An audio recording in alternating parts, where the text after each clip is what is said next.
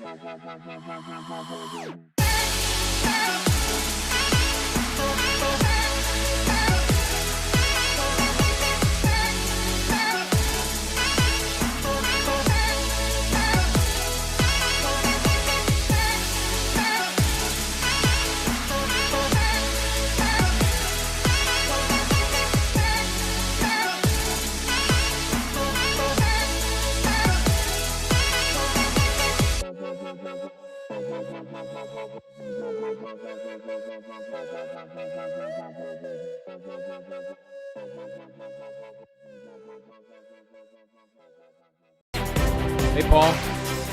What's up, man? Are you jamming over there like me, bro? I turned it off so I could play chess, but I do like that music. I was like, man, I've heard that music before. That's so funny. So, folks, I used to work with a wonderful company out of Columbus, Ohio called Focus 3. They do a discipline training for corporations and businesses. They're incredible. Check them out. That's one of those songs is their theme music, and it's a sort of an homage to my days with them. They're incredible. Folks, welcome to the show. As always, it's your Uncle Paul here, your dear Uncle Paul, and Captain Seth. Paul, Captain Seth for what you can call me. But it's a wonderful Thursday. Sadly, Paul, it's getting sad out there in terms of the pandemic. I guess yesterday was one of the worst days we've ever had. It really makes no sense. I know the vaccine news is very promising, and so I'm sure there'll be a fight to get that out.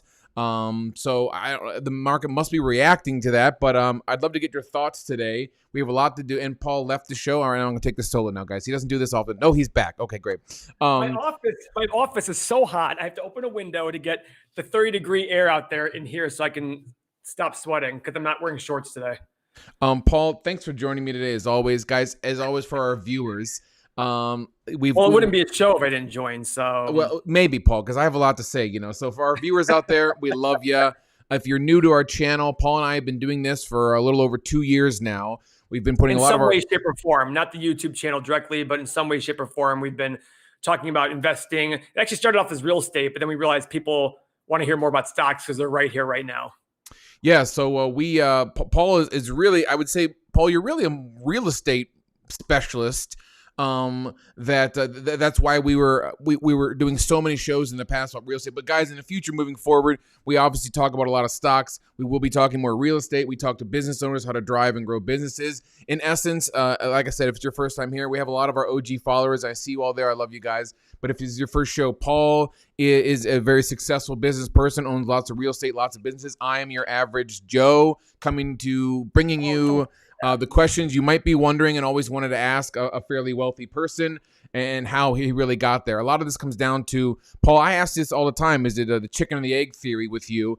Is, I say, like, sometimes you tell me some disciplined advice about investing and I don't want to hear it. I love the thrill of investing in NIO and Tesla and seeing those parabolic rises. And I ask you, like, why would someone like me, who I really need to save my money for the future, would be investing in riskier corporations when you're not? And so it's sort of like, how did you get where you're at, Paul? These are the questions that I bring you folks as viewers. So, well, can I also say something? Go ahead. Somebody in our Patreon, in the $100 Paul Shorts Patreon, is asking me about real estate right now. And that's what I'm there for, on the highest level, complete access to me, direct messaging, things like that. Go to patreon.com/everythingmoney. We want to get some signups. We got 8 signups the other day. Obviously, there's $8, $25, $100 level. The good news is everyone who's a Patreon member gets the app for free forever. As long as you're a Patreon member, you get the app for free. And based on the level, you get more access to Seth and I. The $100 level, you get the most access. Like today, I did 5 or 6 trades. I put them in our Discord channel, and the Paul Super Shorts one. Everybody saw it. The other groups will see it. We'll see my portfolio as time goes on. But the every day, and then hearing Trader Mo and I talk every single day about our valuation. And we are going to be doing live streams more per week, only for Patreon members. That's it. Actually, I forgot to shut my door. Should I come and shut my door while you talk? Go ahead, Paul. I have a couple announcements. So, guys, the reason we're bringing you today, our topic today is the S&P, again, hitting record numbers. If you're like me, I can't quite figure this out. You see the devastating news about COVID. You see more businesses. Glorified news about COVID, but go ahead. You see more businesses being shut down, restaurants and bars, at least, if not shut down, sort of restricted. Now I see fights. Go ahead, Paul. Unless you're a friend of a Democrat who's in office, who just makes the rules and then does not enforce on themselves. And then when they get caught, they say, oh, somebody I trusted betrayed me. So as long as you have a high-ranking Democrat in office who's a friend of yours, you are going to be affected. But if you have a high Democrat friend in office, you'll be fine. Don't worry. I don't know where you're going with that, Paul, but you sound foolish nonetheless. I would say that, Paul, 50% less people went out for Black Friday. I think that's kind of obvious. The older I get, the more ridiculous Black Friday shopping seems. But 50% of people did not go out and get trampled at Walmart, and so I guess my point is, what are you foreseeing? What are your initial thoughts on the market? Why it continues to explode on a daily basis, and where we're headed? I Paul, every time I watch the news, I get more and more scared about opening back up and maybe getting this virus. Give me your thoughts. Why are you scared of getting the virus? Well, for example, I scared is like, if I got it, I'm not certain of the long-term effects it could have on you. How do you eat? What's do you that? Eat well? We know the long-term effects of how you eat, but yet you still choose not to eat well. I eat like a boss, bro. Look at me. I'm like just a machine. Yeah, like I won't get into that. But so let's talk about the stock market. Go ahead, guys. We're at 36. What's the S&P at? 3670 or something like that. I mean, what's it at right now? It's at 3673. 2 or 3 years ago, a guy was in my office saying the market's going to do 8% a year from that standpoint. So I did my Christie calculator. I'm like, you're telling me in 10 years the market's going to be 3,500. He goes, yep. I go, bullshit. BS. And guess what? We're at 3673 after a massive economic collapse, a plague, a pandemic, an absolute shutdown, and we're at 3,700. This makes zero sense to me. It makes zero sense to anybody who has knowledge of history. If you're trying to form an opinion on why this makes sense, I am willing to bet that you have a very vested interest in it making sense, but you can't make sense of it. Now, what we can do is, as I told Seth the other day, Paul, he said to me, Paul, you've been wrong for the last 5 years. 100%, the market has said to me, Paul, you've been wrong. What I said to him, which I thought was a good retort, was the market has shown I've been right for the last 150 years. The previous 145 years to 5 years ago. So what that means is we always go through these economic booms and stock market booms where it's all because of new technology, new this. It was trains, it was cars, it was airplanes, it was the computer, it was internet, and then it was real estate, and then it was now it's this electric vehicles or whatever BS they're saying, right? Great. I want you guys to understand, I don't care who the characters are, the plot's the exact same.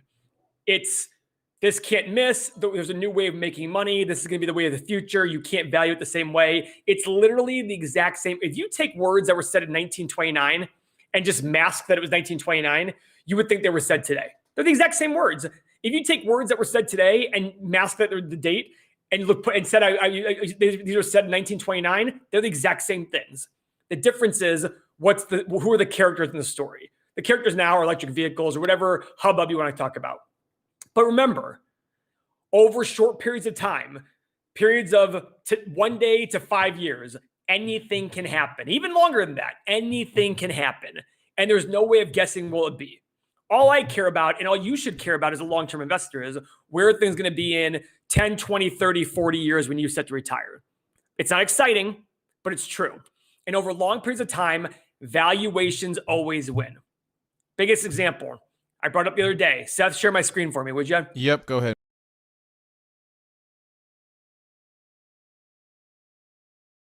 $3,200. Look at this chart right here, guys. This is incredible. All you see is an amazing chart. Paul, will you restart that sentence? Go ahead and mute it. Go ahead, brother. Look at this chart right here. All the way up. This is Amazon. This is Amazon. If you look at this chart, you're like, oh my God, you made only made money here. But I want you guys to focus right here. Let's look at this area right here. Let's zoom in a little bit. This is when stocks were massively overpriced. And this is Amazon. Amazon is literally the most successful internet company probably ever, correct? Mm-hmm. You didn't see this in that chart, did you? 107 down to 6. Guys, that's a 94% loss. Now, did it end up working out? Absolutely. But it almost didn't.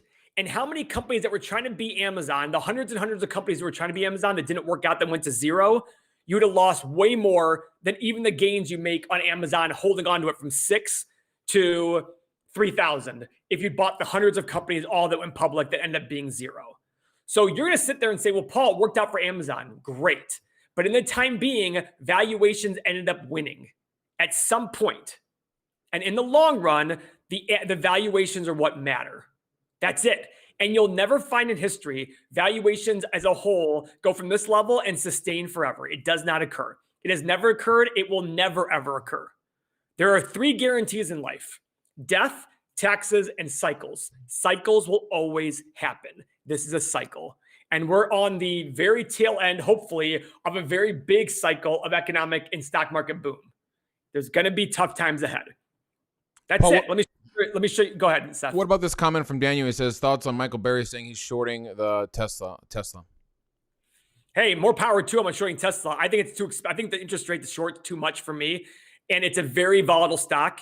Michael Burry is probably the most patient person in the world. So besides Warren Buffett and myself. So, I mean, more power to him. I'm only shorting the market. I'm short the market. That's it. Picking individual stocks a little bit harder. Mikey did tell us. My brother did tell us it's different this time, and I went and kicked his butt. Oh, Mikey did say it's different this time? Yeah, and thanks, David Spicer, for saying it's 95.5%. You're right. You're probably right. Okay, let me look at this chart. Let me show this chart. Go ahead, guys. Here we go. Now, I want everybody to focus here. Seth, can you move my picture to the more of the set? Oh, yeah, that's perfect. That's actually perfect. This is a chart going back to 1928. The blue line is the expected 12-year return. So what's expected for the next 12 years? For example, right here, the market was expected, based on the value, the stock market GDP value, to make 2.5% with dividends for the next 10 years, next 12 years. Here's what it actually made. It actually made 1.25%. Keep in mind, guys, this was the stock market boom in the 1920s. Aren't these lines pretty much in line here? There are some deviations, but overall, they go in line, right? Overall, they go in line. Look at the tech boom of 2000. Stocks were expected to make about 1% a year, and nobody thought anything would ever change. They made about 2.5% a year for the next 10 years. Look at where we're at right now. We're at minus 1.7% per year for the next 12 years, including dividends. And the correlation here is north of 90%. Does this chart mean that everything's going to go to crap? No. But if I were to tell you right now that any sort of stat that made sense, that actually had causation ideas behind it, valuations do matter. This is all based on valuations. This is all showing, the blue line is showing what they expect the next 12 years to be. The red line is what actually happened. And that's why the red line stops here, because it's about 12 years ago. But it all ends up working out to about where it should be. And I look at that saying, if I'm a betting man, do I think the market's going to do over the next 12 years 10% a year? No. I think it's going to be closer to this number than 10% a year. Could it end up being 2 or 3%? Absolutely. I don't know what's going to happen. Could it be 5%? Sure. But if you're expecting above average growth for the next 10 or 12 years based on these valuations, I think you'll be sorely mistaken. Could it happen? Absolutely. Is it possible? Absolutely. Is it probable? No. And that is your job as an investor. It's to pick the probable outcomes. It decreases your risk and it makes a risk-adjusted return that's better than normal. And that's the whole point here. So, Paul, anyhow. you're blowing my mind here. You know, that's a scary graph to show. And what does it mean for normal people like myself? It just means for you, 30 years from now, worrying about retirement, don't worry about it. Just save every single month and do that. But if you're trying to pick stocks on an individual basis that are high flying and high crazy stocks, when a correction, look at the crash that happened in February. Go look back. Apart from Amazon, the big companies got hurt very quickly. And they rebounded very quickly. That's what happens with highly volatile stocks. Amazon's just like, no, we're going to ignore this and go completely to the moon. That's what happens. But overall, when there is a major market fall because of valuations, which eventually happens, and by the way, the reason for the crashes aren't known. We don't know what they're going to be. Everybody said it was COVID in February. My buddies tease me and say, oh, you said it wasn't COVID. It wasn't COVID, because if it was COVID, the market rebounded March 20th, and we only had like a few thousand cases at the time, or whatever the number was. We had 10,000 cases, whatever the number was. If it was really COVID related, we have millions of cases now. Stocks should be even further down, but it wasn't. It was just the excuse everybody gives. That same guy who made that chart, he has also a great analogy. If you're in a room with a fireplace and there's wood in there and the fire is going and the room is filled with a foot of gasoline, which spark will cause the explosion? Tell me which spark is going to cause the explosion. We don't know. No clue. But there will be a spark that causes the explosion. The thing I always say is, in relationships, everybody knows somebody got divorced. The last fight wasn't what caused the divorce. All these other fights and all this disagreement is what caused the divorce. It was the last fight that was just like, you know what, we're done here. That's what's going to be the trigger for whatever crash happens. But there will be a crash. I just don't know when it'll be. My job is to bet on a long run. What about my job, Paul? I mean, like, why? I mean, I guess it's the discipline that you're trying to teach in this channel. Like a normal Joe like me, have a few 100,000 saved for retirement. We talk about a lot of splashy stocks. We also talk a lot of boring stocks. And if you've joined our Patreon, I love you guys in there, because it's so many like-minded people that are following your advice, Paul. So it's a very easy conversation. We don't have people just continuing to push the high-flying hype stocks of Neo. And of course, I know you're a big fan of Nikola. Would you like to address? So what do normal people like myself do? I mean, obviously, just reaffirm your idea of where I should be putting my money. Put your money in low-cost ETFs that are going to match the market, because you'll beat every stupid advisor who's going to try to tell you they can beat the market when they can't, because they're subjected to the same emotions that you are. But if you want to buy individual stocks with our help with Patreon, and we all evaluate it, please do. Just put 5 or 10% of your money at most into them. I don't care what happens. Just make sure you save that money, put the small amount in there, and roll with it. And it's a great way to have fun, feel like you're gambling, doing your picks, trying to see if your theses work out. It's wonderful. I love doing it.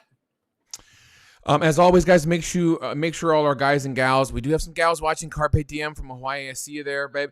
Make sure you guys are smashing the like button. We really appreciate that. It just takes one One simple click, and you can help us out. Tell YouTube algorithm that you guys love us, and other people can as well.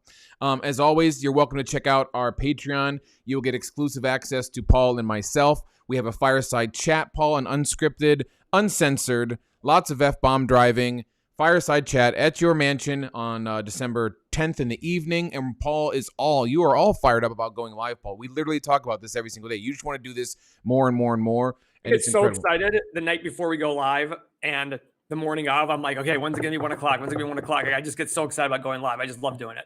In general, why don't we start looking at some, obviously, Paul, we're going to look at some 8-pillar analysis. We did almost 20 of these last live stream. And so we can definitely take some requests. And I did get a request. I did have people saying, hey, listen, slow down a little bit and be a little more thorough. Instead of doing 20 of them, maybe do 5 to 8 that are a lot slower, talk about things more, which I like that idea, talk about more high level. But remember, guys, the 8 pillars aren't a reason to buy or not buy. The 8 pillars are a kind of guiding of like, hey, which ones should I weed out? Which ones should I look further into? That's the whole point of them. Although I did think about this. Somebody had the idea of us creating a fund. I was thinking about putting my own money at risk and having all the Patreon members be involved in creating a fund for my money on what we're going to invest in. And we'd make it based on something having to do with the 8 pillars. I would provide some guidelines in there. That way, you guys didn't all try to screw me and put me all on Nikola stock or Tesla or NEO or something like that. We'd put some guidelines in there, or even just sit there and say, we're only going to buy stocks that are 6 out of 8 of our green checks on the, or something like that. Just something fun to do. It'd be a good enough amount of money where it was fun, but not big enough where if I lost it all, I would care. You know what I mean? I'd just be like, listen, let's just do that. I'd probably do some options on them as well and incorporate some of that in there. That way we could have some fun with that. What do you think, Uncle Seth? I love that idea. I'm certain our patrons would love to get some sort of profit sharing on the back end as they would be voting for our moves. I just don't know how we would do that with 725 Patreons. So we don't have that yet, but we will. We'll get there. Paul, here's an interesting new viewer, and I've never heard of this. Do you know what this person's asking? Oh, nope, that's the wrong one. Sorry about that. How about this one? Is the Altman Z-score an important indicator? What is that, Paul? Do you know what they're talking about? I don't even know what the Altman Z-score is. I've heard of it. It's on my Bloomberg terminal. Let me see this. I think it's also here. If you want to share my screen. Sure. I've seen it somewhere. Let's just look it up. We bring you random Google searches by Seth and Paul here on the Everything Money channel. Oh, credit strength. Ah, gotcha. Okay. That's pretty interesting. I've never actually used it. For me, I don't think I'm looking at companies that probably have a high likelihood of bankruptcy, except for something like CCL or something like that. So who knows? I've never actually looked at it, but it is interesting. Debt is interesting play. And that's something that I want Mo and I to get good at over the next decade is how do we look at debt?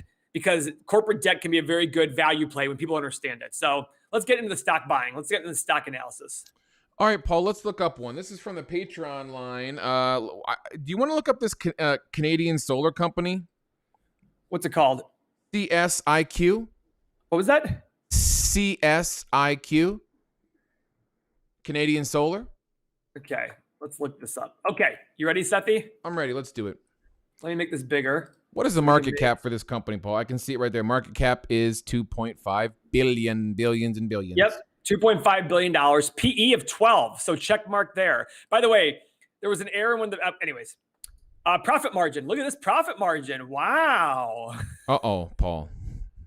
Although the last 12 months, they've had a little bit higher. It's still an X here. Okay. Gross margin of only 20%.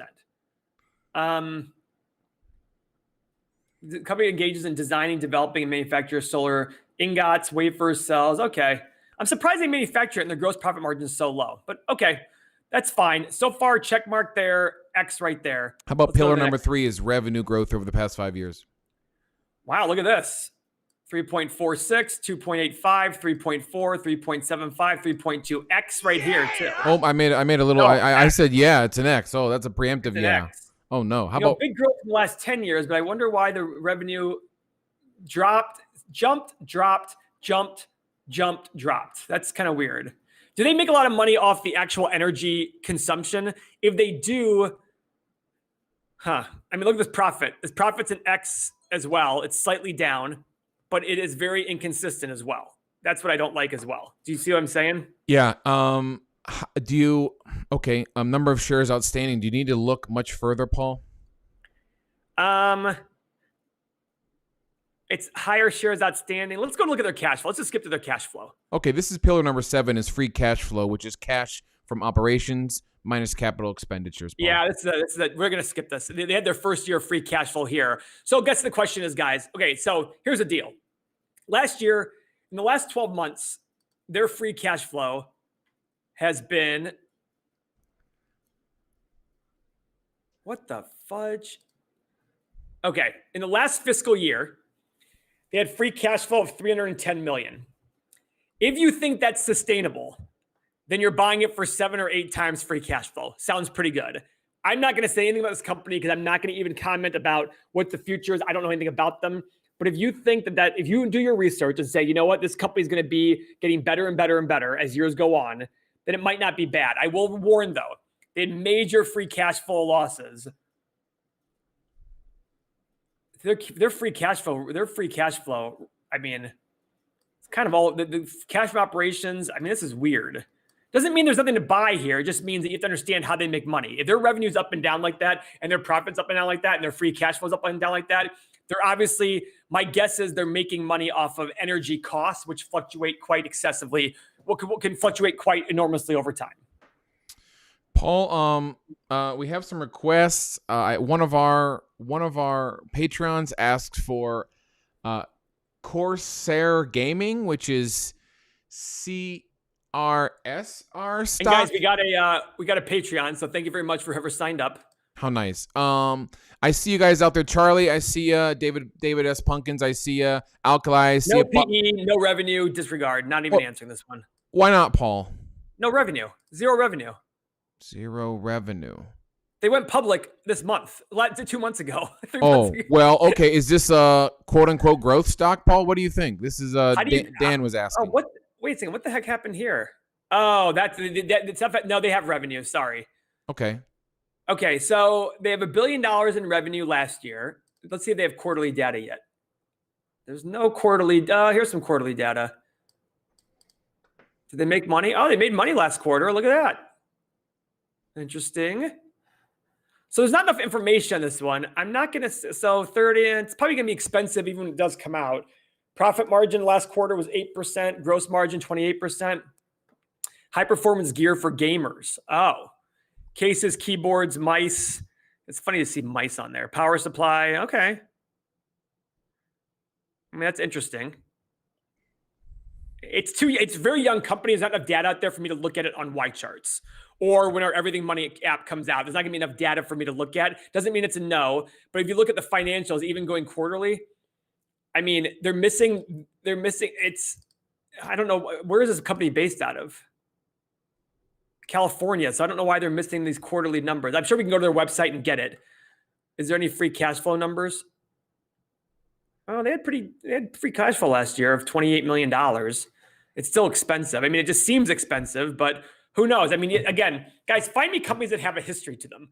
I like looking at history. I don't want to look at companies that are brand new, newly public. I like to look at companies with history, and that's what the 8 pillars really do well on. The 8 pillars are really, really good for companies with history and a track record that we can slow and steady companies. I definitely see all the requests coming in. I'm weeding through them. One of our viewers, Bogdan, you asked about a stock last time, and we ended up doing toward the end of the live stream. So check that out, our Tuesday live stream. Paul, one of our Patreons. Our patrons, Prajesh, was asking about Under Armour. This is an interesting one. I'd love to see Under Armour myself as well. This is a good one. This will be a good one to look at. Okay. Thanks, Prajesh. Okay, so Under Armour is about a $7 billion market cap. PE, there is no PE. They have been losing money, okay? So last 12 months, they've lost $750 million on $4.5 billion in sales. Their last quarter, they did 2.7% profit margin, 48% gross margin. Okay, so right now, it's 2X's. Now, I know in stabilized times, their profit margin is going to be positive. It's not going to be a negative profit margin, but they have been struggling.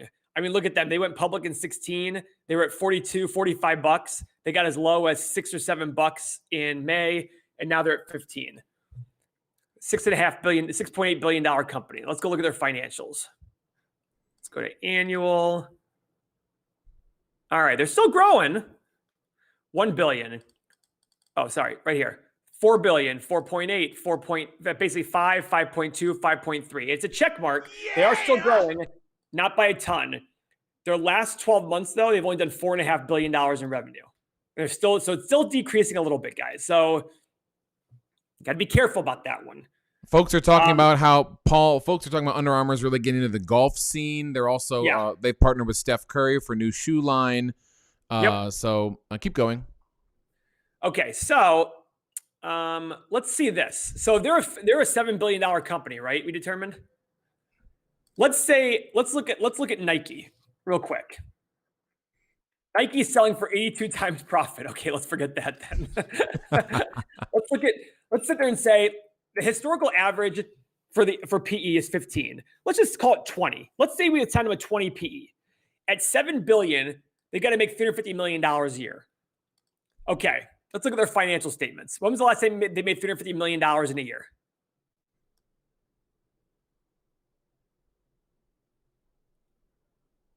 They never have. They've never made $350 million in a year. So I look at this saying, okay, is it possible for them to do that? Absolutely. But they've never done it before, and they've had a lot of hard times lately. Are they making a big scene in golf? Absolutely. Steph Curry doing great and just came out with his own line like LeBron? Absolutely.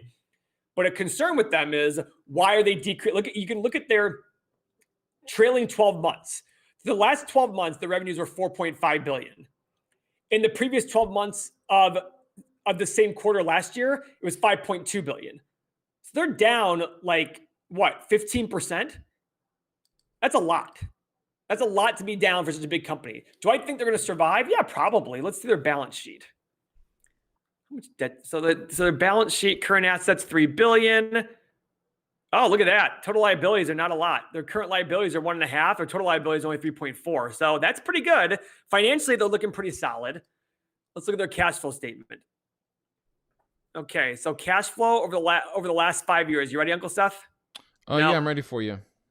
Okay, well, let's look at the last 2 years. They only had free cash flow in 18 and 19. They let's see here. God, this is a tough one. Why do you guys always ask like for these companies that require like a trillion? In the last 12 months, they've only had $45 million in free cash flow. 45 million times 20, $900 million. So I guess the question here is, it's like Apple in 1997, 1998, 2000. Not looking good financially. Are you banking on them becoming a world leader? That is the question. I don't know if they're going to or not. I don't know what's going to happen. Right now, are you overpaying for Under Armour? If you buy it, absolutely. But can it work out? Absolutely. If you think Under Armour is going to make a big resurgence and be able to make that $300-400 million without much cost or without much more debt or without any more losses, you might be okay. But they got to get to $350 million to even justify today's value. They get $350 million in after-tax profit. I don't know. Maybe, but I will say their balance sheet I like. The free cash flow statement doesn't look the best. It just recently started getting free cash flow, which is kind of weird. And the income statement is struggling. So if you believe the story that Armour is going to do better and better and better as time goes on, go for it. Have fun. Oh, let's see their number of shares outstanding. That'd be interesting to me. I do want to see that. Number of shares outstanding.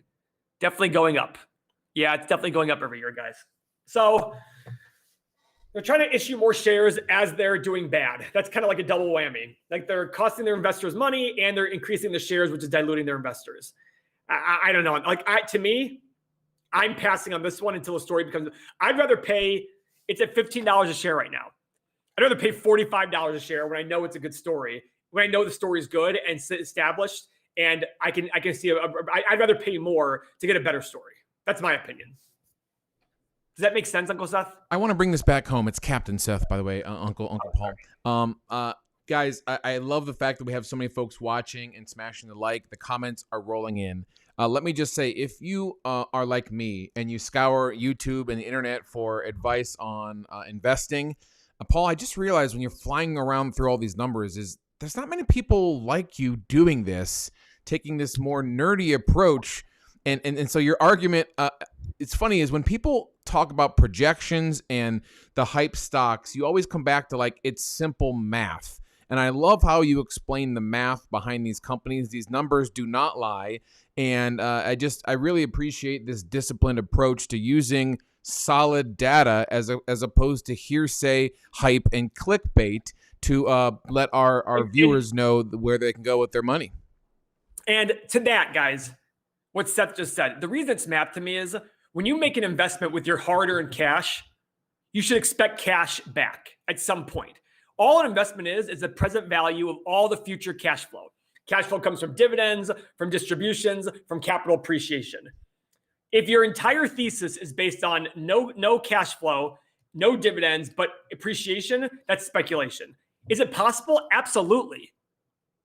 But if there's no cash flow, nothing coming to you, then what are you basing it on? And a business is going to pay its investors out with cash flow.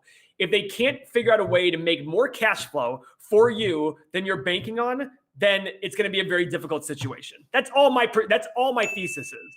Am I right? I've been wrong many times, but am I right a lot? I am right a lot over long periods of time.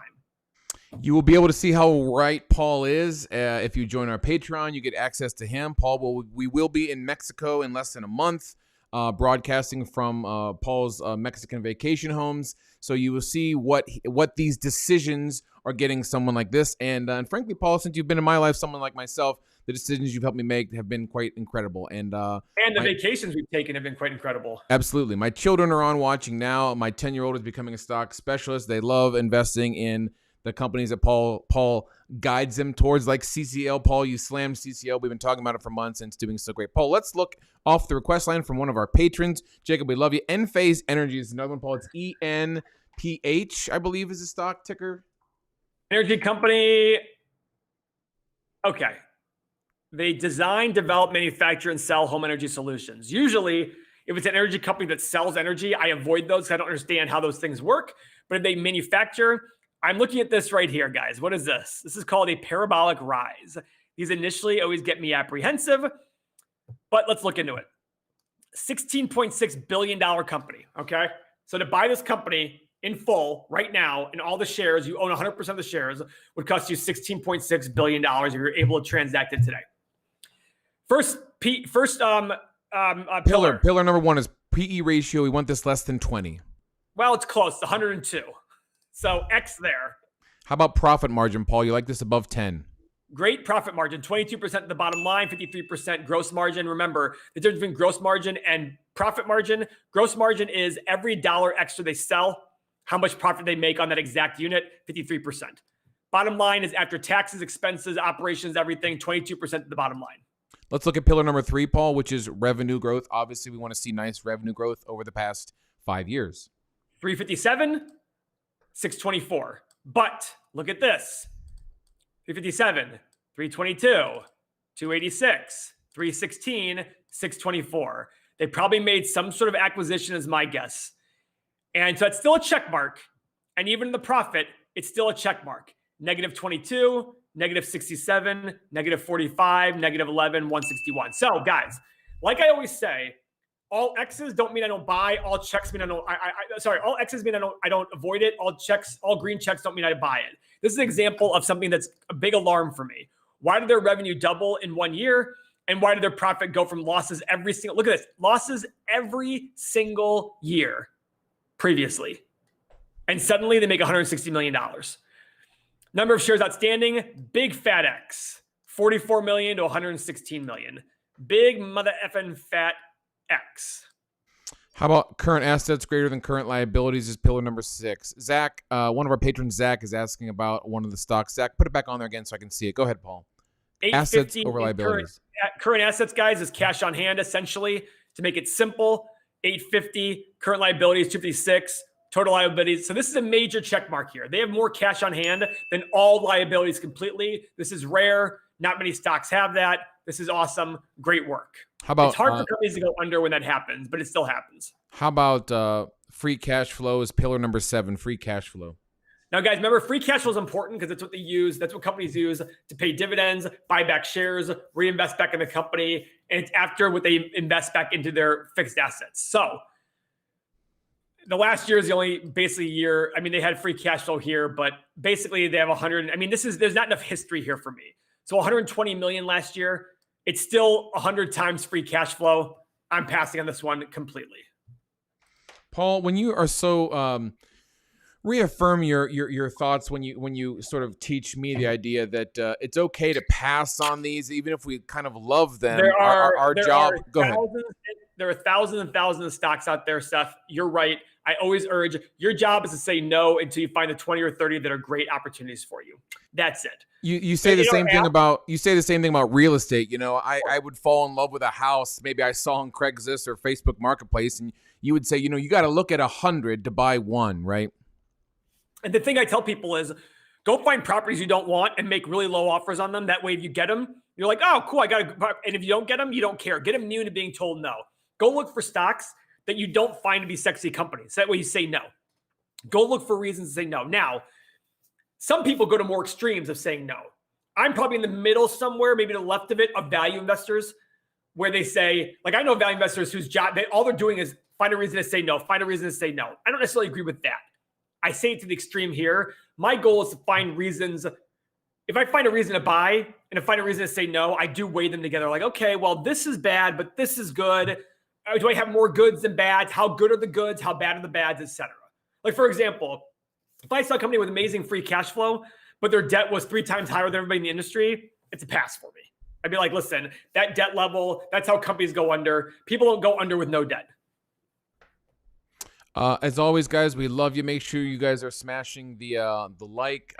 We're doing great, Paul. It's so many folks. We do have a Patreon. If you like what you're hearing, and again, I go back to I scour the YouTube looking for. I'm basically just looking for interesting videos, and a lot of people are making videos out of their basement, and it just might not seem to know what they're talking about. If this guy Paul sounds like he knows what he's talking about, I assure you he does. You're welcome to have more access to him and I by joining our Patreon. I'm not going to push this too much, Paul, but we love our Patreon. No, I'm going to push it. I'm going to push it because I've seen how valuable it's been for the people in the Patreon, especially the people on the highest level. They literally talk to me every single day for several hours in Trader Mo. It's completely worth it. Worst case scenario, you get our Patreon app, our Everything Money app when it comes out, where it'll do all the 8 pillars for you on 9,400 different stocks. I'm trying to limit it to 3,000 better stocks, but either way, if you don't sign up for the Patreon, you just don't care about learning, and that sucks. That's fine, but then don't come into the chat saying, hey, do this stock for me. I'm going to give preferential treatment to patrons in the Patreon because they show their support early, helping Seth and Don make more money because that's what I'm using the money for. Create the app, give Seth and Don more money, and allow me to buy more watches. Alkali, Trader Mo, Paul, describe who Trader Mo is. So Trader Mo is a friend of mine. He started out with trading essentially, but in the last year or so, last 2 years, he's been getting into value investing, understanding financials, understanding companies, and we work together to find opportunities. Paul, this stock is from our patrons off the request line. Alex is asking about Turtle. The stock ticker is here, HEAR. Turtle Beach Corp. Yeah, Turtle Beach Corporation. It's a gaming. Paul, I think we need to do more gaming stocks and talk about gaming. We could probably do a whole live stream on gaming because people just love this stuff, Paul. Okay, so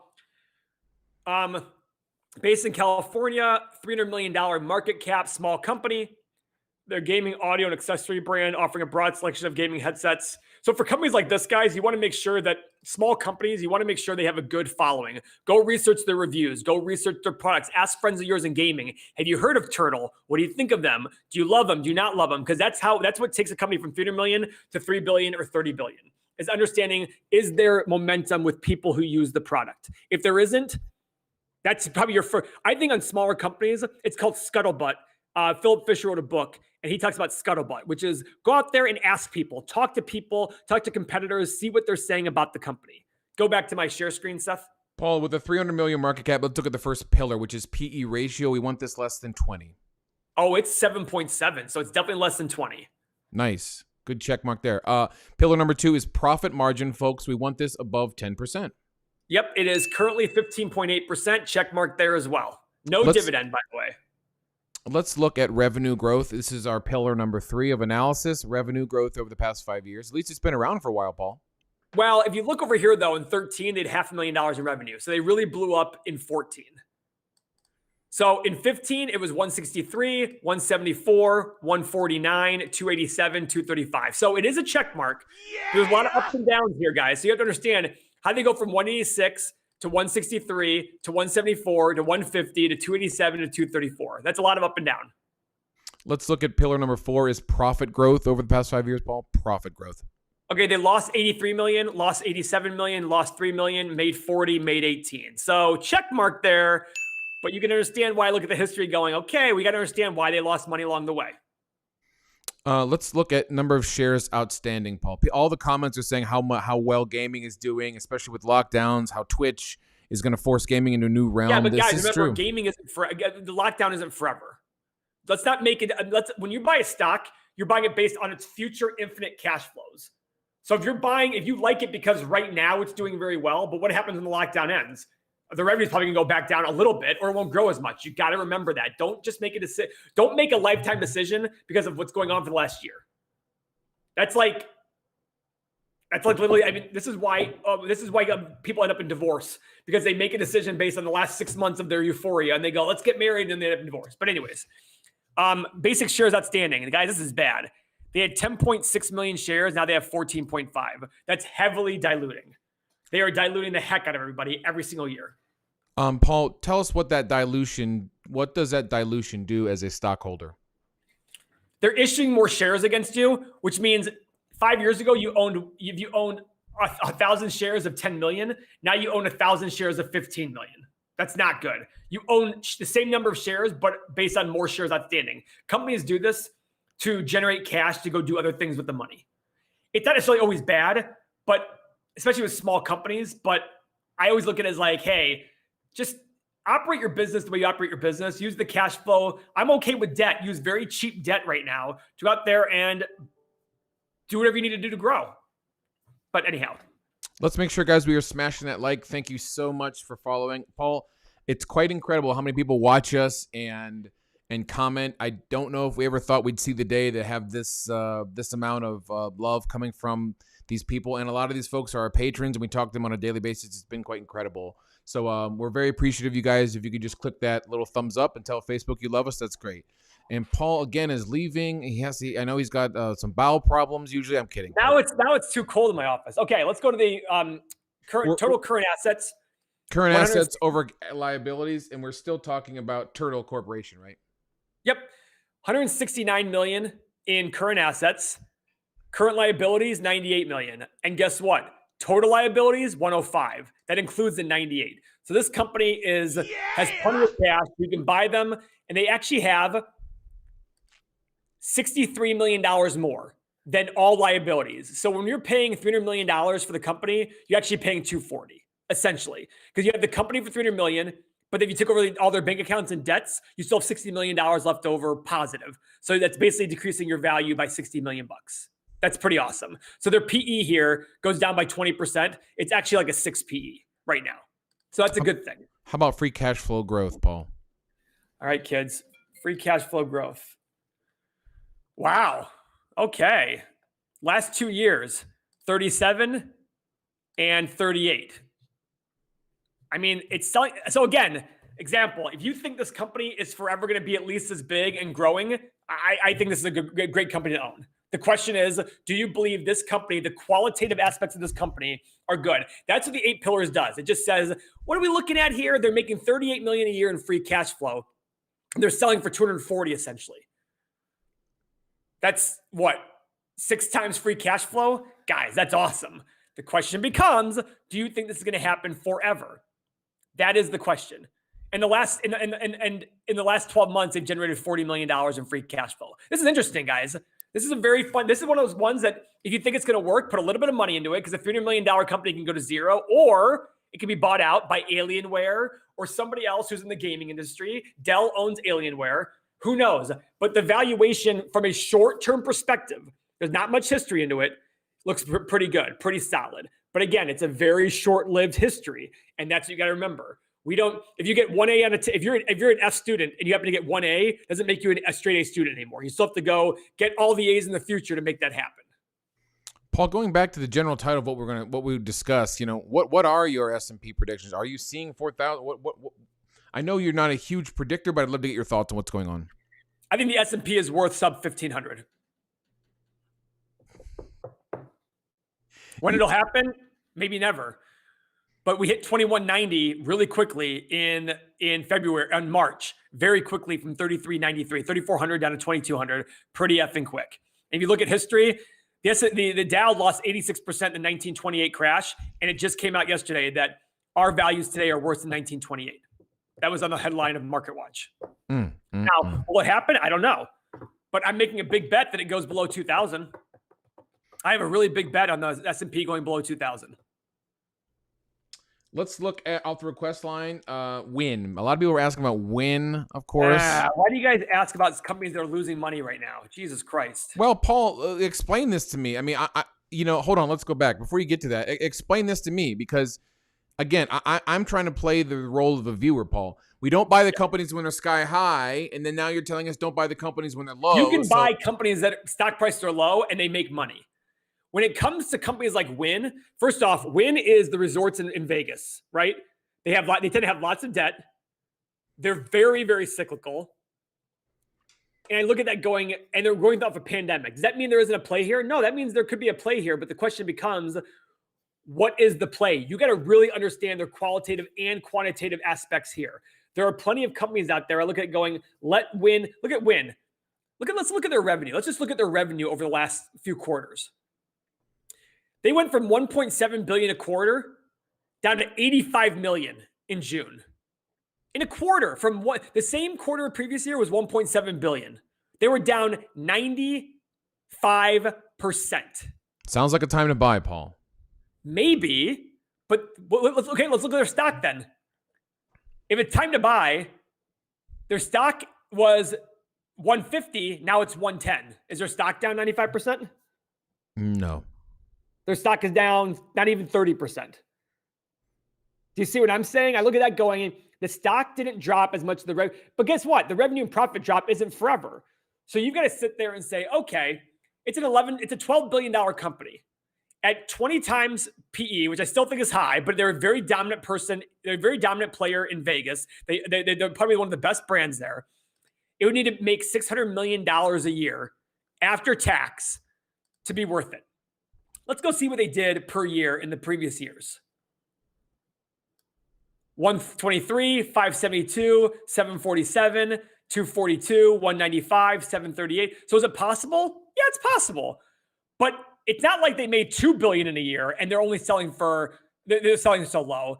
Their best number is about 20% higher than what we need them to be at. And there's still a lot of headwinds going into travel and gaming. That's the thing I talk about. It's all about going, where do we stand in this cycle? Right now, we don't know when this shutdown's going to end. Mo and I were supposed to be in Vegas right now at Wynn Hotel. We had rooms at Wynn. We canceled. Why? Because they said there's nothing to do here. They literally told us there's nothing to do here. So we're like, okay, we just won't go then. We were literally going to see Shania Twain, remember? And we ended up canceling that because she canceled. And we were also going to look at watches. We can do that on the internet. If you're watching, just imagine little baby Paul and Trader Mo huddled together with their cowboy boots and their short shorts, watching Shania Twain, just arm in arm. Paul, that's so funny. With our yes, I love you. Guys, we have 91 people watching, which is better than Tuesday, but there's not enough likes there. Please hit the like button. Please. Thanks, Paul. Let's look at, again, off the request line of one of our patrons.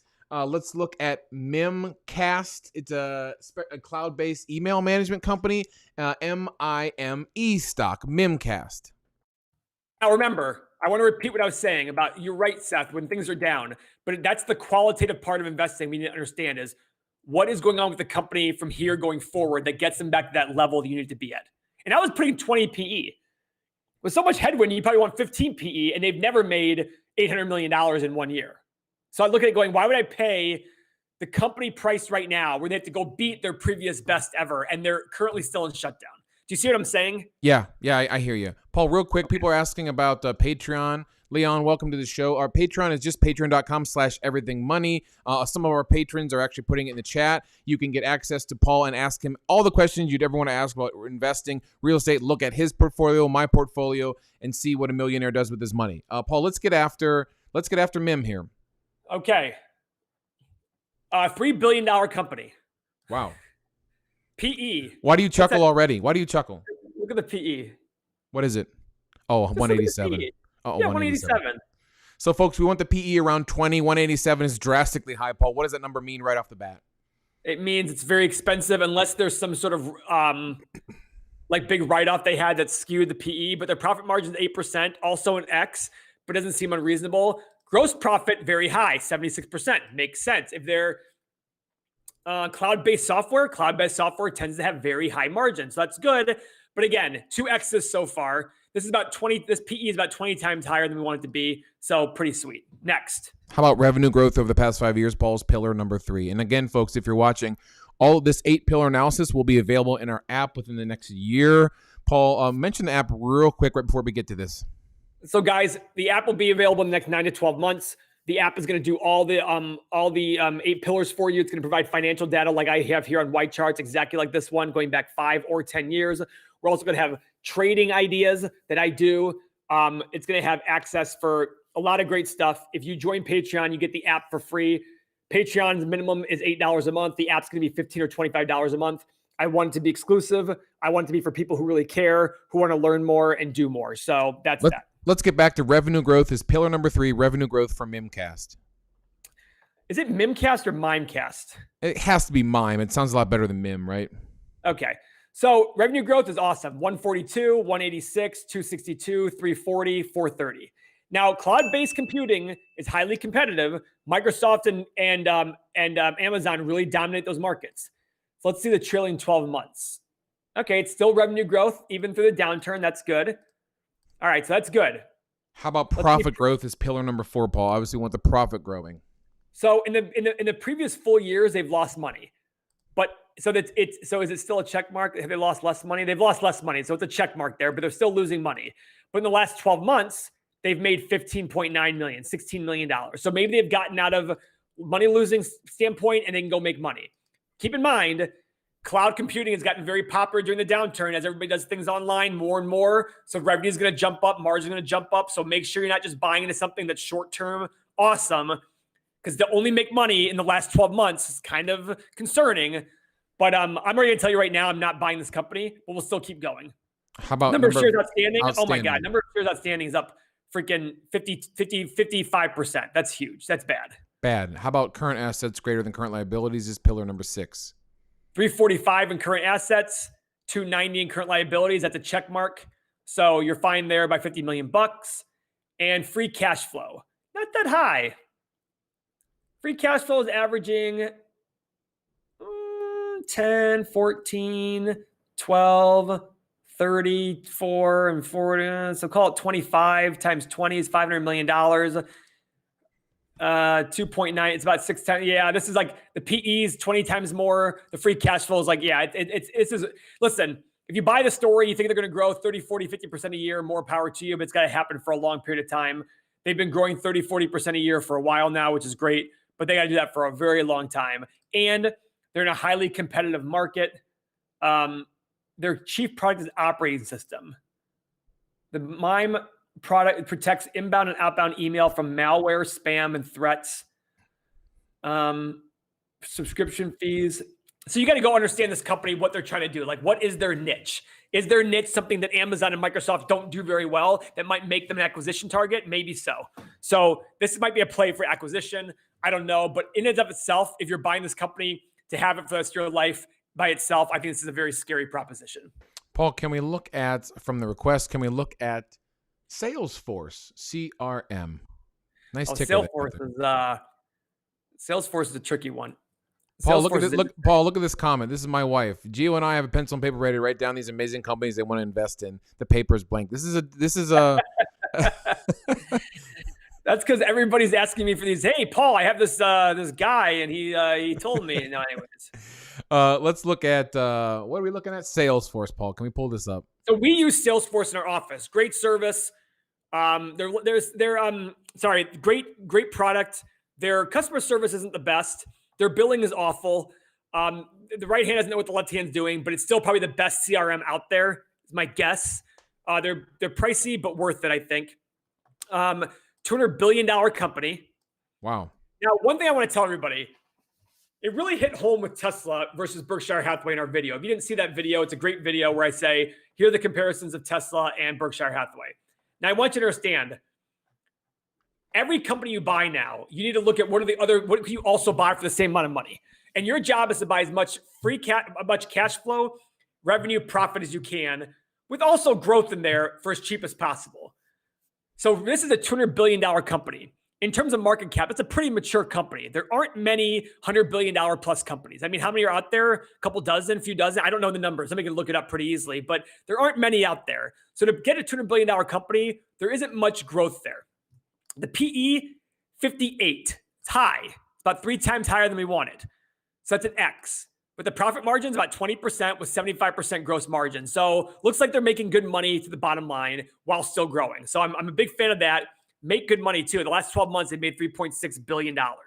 Paul, are you aware that Salesforce bought Slack yesterday for $27 billion? And that was what I was going to get into. I don't like that because they probably overpaid, but Slack is a great service that I love and they can integrate it. I think it's a wonderful idea.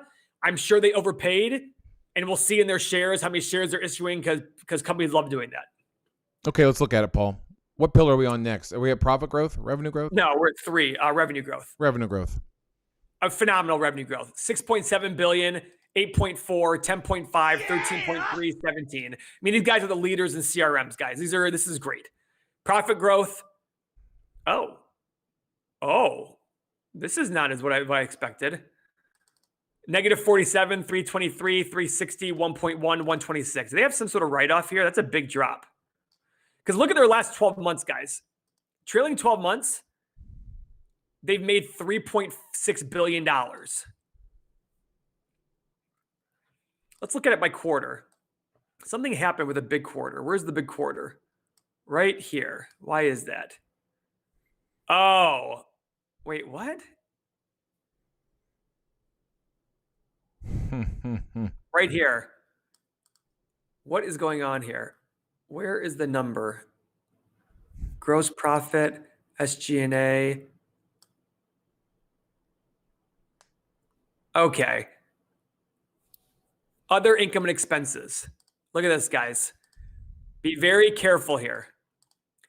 Other income and expenses. As I was looking at, this is part of understanding what you're looking at. This is part of financial statements. Everybody looks at this and goes, oh, they made $3 billion last year. And I immediately go, wait, how did they go from such little profit to all of a sudden $3 billion? They had $1 billion alone just in the last year in other income. Other income means income that has nothing to do with, that isn't reliable and continuing, and it's not part of the actual core business. That's a very generic way of saying it. Basically, I look at other income. I don't mind 32 million. I don't mind $1 million loss. I don't mind 60 million. I don't mind small amounts of money relative to their revenue. But their revenue, I mean, we're looking at going, or percentage of their profit. This is a huge chunk of their profit right here. This is $2 billion almost, guys, of their 3.3. That's a red flag to me. You've got to understand what their other income is based on. So look at this. In the last quarter, they had $1 billion in net income. $1 billion, the full billion pretty much was other income. That's weird. Well, yeah, I mean, pretty much all their income was from other income. This is a problem for me. Yes, am I being Debbie Downer? Absolutely. But these are part of it. You know what it's like saying, Seth? Go on. You're a wedding photographer. You sell weddings. All of a sudden, one day you sell a stock for $100,000 in profit. And all of a sudden somebody goes, oh my God, Seth's all of a sudden making $100,000 a year more. No, he did something that one time gave him a $100,000 gain that had nothing to do with his core business. That's the analogy. Or you sell your house for $100,000 profit. It's not a repeating thing that has anything to do with your core business.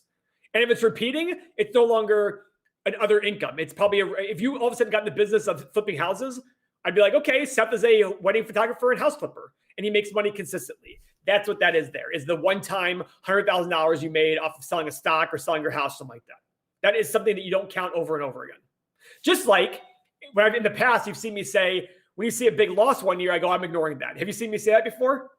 Say it again. Ignore that. A random just drop in profit. I go, ignore that. Why? Probably some one-time write-off I'm not worried about. So I'm not taking it from both sides. I'm sitting there saying I'm equating both sides. One-time write-off and one-time gains, ignored. If you see them over and over again, they're no longer one-time. But if you see here, so I'm looking at this going, this is going to be super expensive. I would avoid the stock right now. Salesforce? Yeah, Salesforce, I'd avoid the stock. This is a great question, Paul. What was that? John's asking, where's the best place to look to understand other income? Their 10K. Their 10K will have a whole section you can look at. Let's look up their 10K and see their income. Oh, but the problem is it's quarterly. Mm-hmm. Well, we can look up their 8Q or 10Q or something like that. What's the that is the sweetest website in the world. Okay, CRM.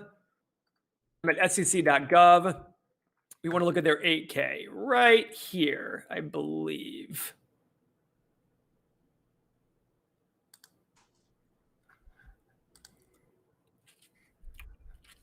Nope. Hey, Mo, what's their quarterly statement called? I always forget.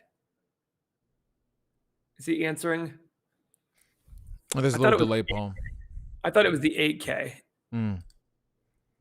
When you pull up these graphs, I myself start to get confused and bored because this is deep. This is deep, Paul. That's not graphs, but that's what you have to do, guys. You have to sit there and go read their documents to see what are they making other income on. You have to understand that. If you don't want to understand that, don't buy the stock. That's the thing, guys. You have to understand these things. Now, if you want to buy 30 stocks that all fit a certain mold and ride them all out, that's fine. But if you want to pick individual stocks one at a time and own them specifically, you need to understand why they made $1 billion last quarter and just random other income. That is a very, very, it was their entire profit last quarter. Leon's saying, look at the 10Q. Is it 10Q? That's what Trader Mo's saying as well. 10Q. Okay. All right. Thank you. Oh, yeah, quarterly, because it's quarterly. Thank you. So other income.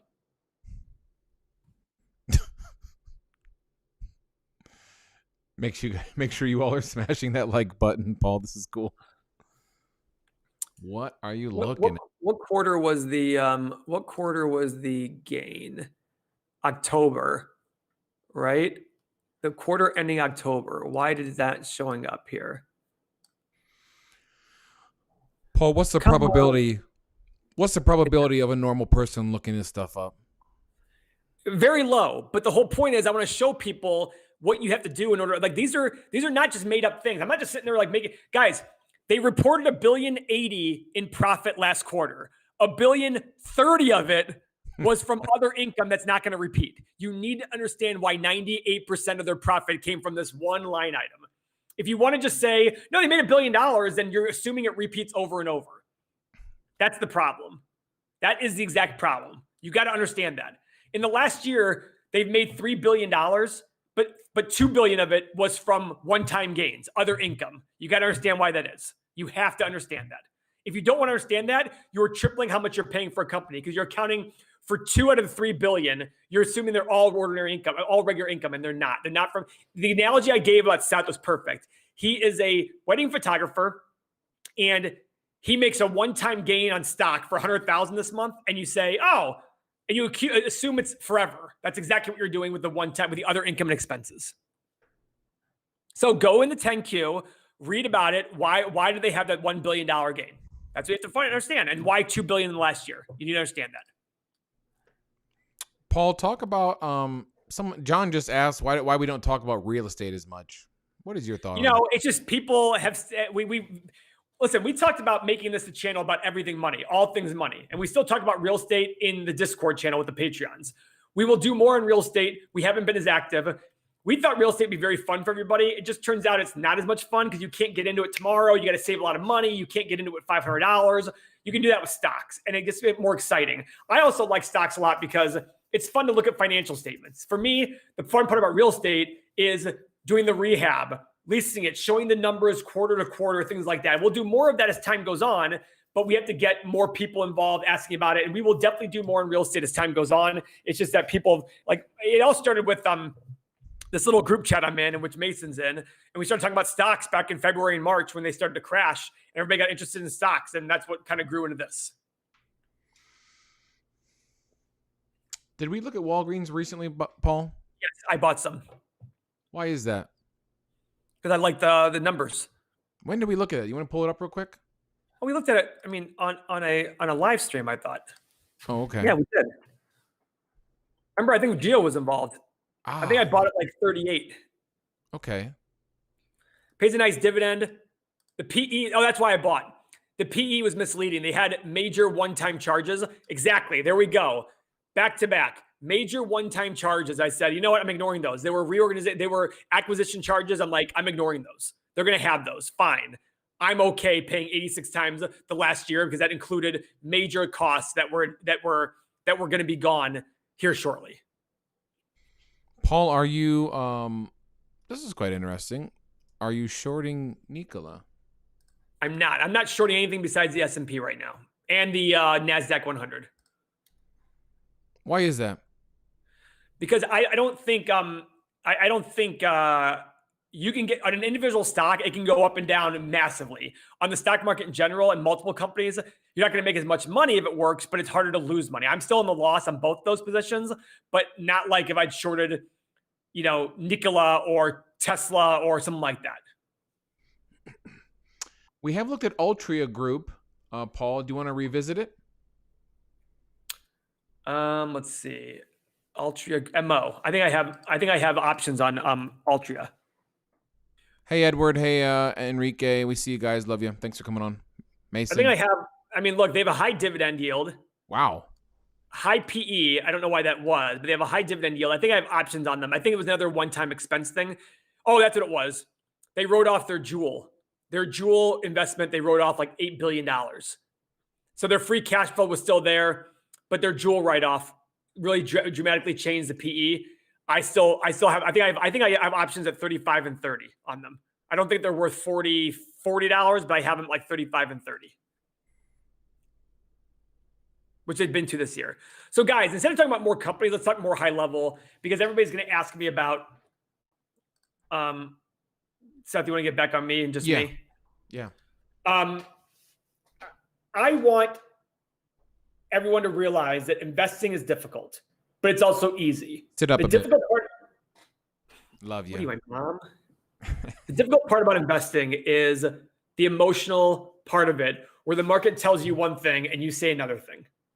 The smart thing to do on any company is look at their financials before looking at their market cap and determine what you pay for it without even looking at the market cap or stock price. Don't even determine that yet. Just go look at the company financials and say, what would I pay for this company? And work from there. That's essentially what I do. I'm disciplined enough to not care what the market cap is and just sit there and say, oh, this is my price. I don't care if somebody told me it was a $100 billion company or whatever it is. This is my price. But Seth's seen that in my deals with real estate. I don't care what anybody says. I'm like, this is my price. Paul, that's not going to sell for that. Fine, I don't buy it. I'm fine with that. I'm okay saying no. I'm okay missing out because the market sends something higher. That doesn't bother me. I'm okay with that. To be a truly successful investor, you need to be okay with that. That's just life. I'm not saying I'm right. I'm not saying I'm wrong. It's just what works for me. And I will beat the market over long periods of time. By how much? I don't know. But I will beat the market with less risk because I'll have more cash flow and I'll pay less for it. Because to me, risk is all about the price you pay. So the less I pay for revenue, profit, and cash flow, the better I will do. Paul, don't you think for our viewers, it's really we will beat the market with your advice? Yes, I guess I'll say that. If you learn the stuff and you get in Patreon and see my positions, you're not going to see my dollar amounts. You're not going to see what percentage of my money is in each stock. And I'm also going to do options. I tried to advise a friend of mine today named Kevin. He was selling his love stock at 50. I told him sell covered calls. He was just being lazy, decided not to do it. But he was like, oh, it doesn't sound like a lot of money. It ended up being a 93% annualized return, and he decided not to do it. But either way, I want to make sure that you learn how to do these things over long periods of time. It'll make you a better investor in everything you do. That's why I don't like when people say, oh, that guy's a real estate guy. That guy's a stock guy. No, if you understand investing, you understand how to look at all these things together, all these things individually, because the same principles apply to real estate, stocks, business. Everything you do is based on how you approach investing in the way you allocate your dollars. That's it. That's how it is. Even in your personal life, you allocate your dollars in your personal life the way you'd allocate your dollars in investing. Where's the best place to put my money today? Buying food. Great. You can live to tomorrow. You can live longer. Eating healthy. These things like that are exactly the same thing. That's all you're doing. Paul, you must be pooped. The time flew. I was like surprised that we're already at an hour and 10 minutes. That's incredible. Paul, here, Jared looked up some stuff for us, going back to Salesforce, I think. Check this out. Recorded approximate $2 billion in benefit from income taxes due to one-time discrete tax item. Okay, what was the discrete tax item?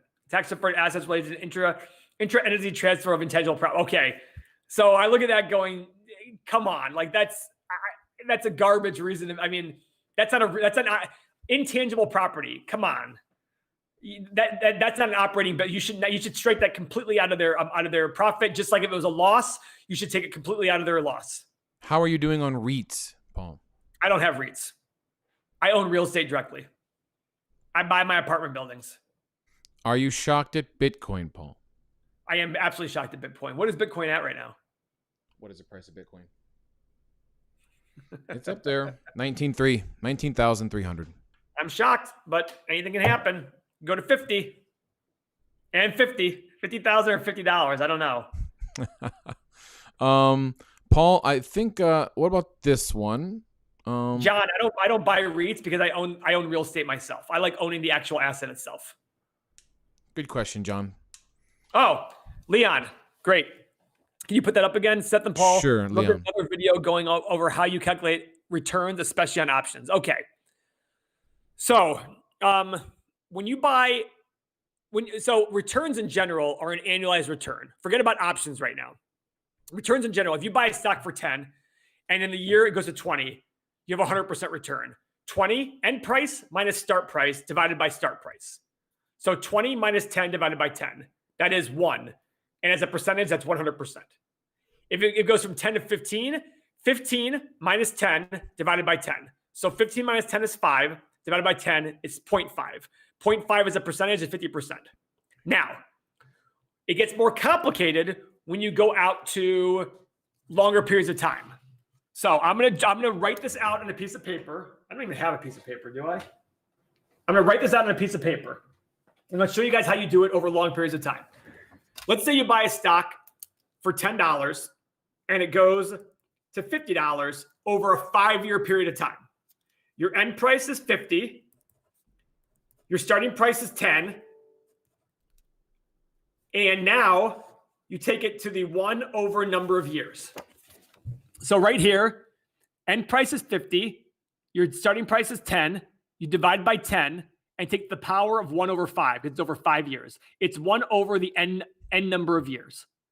So 50 minus 10 divided by 10 is 40 minus 10, which is 4, to the 1 over 5, which is the same as 0.2. And then you subtract 1. So it's actually then minus 1. And that's your annualized return on investment. That's how you calculate it. Now, good news is, guys, you don't need to know that. There's online calculators that will explain it to you, that will do it for you. Just look up, annualized return calculator or something like that, and it'll show it to you. It'll figure it out for you. Now, for options, it's a little bit more complicated, but not really. When you're selling an option, or when you're only selling an option, let's say you're selling a put, you take your premium received divided by your strike price, divide all that by the number of days until expiration, and then multiply all of that by 365. That's very confusing. But again, it's premium received divided by your strike price.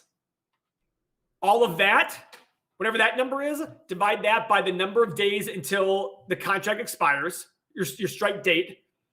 And then all of that multiplied by 365. And that is your return on investment for the year. Annualized return on investment. So that's how you do it. This will all be, by the way, this will be in the Everything Money app as well. I'm going to put calculators in the Everything Money app. Somebody tried to tell me it's too complicated. No, I think it's needed. I think a lot of people don't realize how little money they make on their deals and on their investments. They just hear, so as example, if you bought something for $100 and 20 years from now, it's $500, if it's $500, you're like, oh man, I made 5 times my money. But over 20 years, let's see what that actually turns out to be. So it's 5 to the 0.05. Actually only 8.4%. But somebody else thinks, in 20 years, I've gone up 5 times, but you haven't even beaten the market. you probably trailed the market over history. So that's another thing I tell people when they think they kill it on things. I'm like, well, do the numbers. It's not as good as you think. Because we hear, oh, I invested in something today and 40 years later, it was so much more money. Yeah, but you have to do, that's why financial managers are able to charge 1 or 2% a year, because they still 40 years later show you all this big money. You're like, oh my God, I killed it, when it could have been a lot more. That was confusing, Paul. Of course, it's confusing. By the way, guys, I'm showing you, I know the math. I will put it in the Everything Money app. All the more reason to join Patreon. You'll get this all for free over time. I'm going to make the app better and better and better. I don't want you guys to worry about the numbers. I love the numbers. I love doing it, but don't worry about the numbers. What you need to learn more about is understanding investing and the psychology of investing. That's way more important than understanding the numbers. Way more important. But somebody asked, so I gave them the answers, right, Seth? What are you up to this weekend? I'm itching to go Patreon live on Saturday. What do you think? What time? In the evening. I need a couple drinks in me. Let's do it. Let's do it. That's a good idea, because I was supposed to be coming back from Vegas, so now I'm available. Yeah, I'll check with the boss, the CEO of Seth and Beth Wedding Photography. Isn't she watching right now? Well, yeah, but yeah, I have nothing on my Saturday, baby. So nothing? I have nothing. This no Michigan game. Yeah, by the way, I have a beef with Mason here. What is Mason's the Michigan game? And by the way, the Michigan game is next Saturday, not this Saturday. Well, that's what he's saying. There's no game this weekend. Michigan's sitting out, Correct. Right? Yeah. Correct. But now he's complaining that Michigan's trying to get into the Ohio State game. Maybe they are, but Ohio State also didn't have games, right? Because of COVID. Is Ohio State trying to get games? Like, just shut up already, Mason. We get it. You guys won. You guys are going to win. Congratulations. Let's not go there, Paul. You're not good when you get upset. What about the CCL option going to get exercised? Paul, have we missed, no pun intended, have we missed the cruise, missed the boat on CCL? My CCL option will get exercised. It probably will get exercised. I don't know if you have or not. I'm exiting my CCL because I wrote options on it, and that's what happens. I just think the run-up lately has been way too fast, way too much, and I don't think it's a $100 stock where it has a lot more upside. It's still, I think, with the dilution of the shares, a $40 to $50 stock, maybe. So I look at that going, okay, it's halfway there. I think there'll still be some bad news coming. I am unfortunately trying to play things and time things, but I can do that. So I'm going to. And I just got taking the shares away from me. All right, sounds good. Yeah, Enrique, the app will be done in 9 to 12 months, but there'll be a working internet version for the 8 pillars sometime in the next 3 or 4 months. But you need to get in now. I still am in IMMD, by the way, Social Dancers. Yeah, so anyways, that's where we stand on the app. That's true, Caesar. We do need a jacuzzi at your house, Paul. Not this classy, but nice. Guys and gals, thanks so much. Give me a second. You don't know? You don't know? Well, my brain told me I knew. Oh, Dumb and Dumber, of course. Yeah. Come on. Sorry. I mean, and do you think, Thomas, I see you there. Do you think CCL will bring back dividends? Yeah, I do. I think a lot of dividends will come back, but they got to get to cash flow positive first. They got to get out of this whole mess, and of course they'll bring it back. I just don't know when. People are busting my chops because I said the app would be coming in 6 to 9 months, and you were quick to point that out. Jared, what are we? Yeah, go ahead. What are we drinking? Paul literally has never had a single. I have never seen him drink a single drop of alcohol, Paul. I've had one drink in my life. It was a Tom Collins. Good drink. Then I got stuffed in a locker. No, I've had a few sips of alcohol in my day, but I don't drink. I drink Coke Zero. But I drink a whole ton of stuff. I like bourbon drinks. I make a gin fizzes, gin and tonics. I've been itching for some martinis, so maybe that'll be this weekend. And Brady, and oh my gosh. I also what's it called? I screwed it up.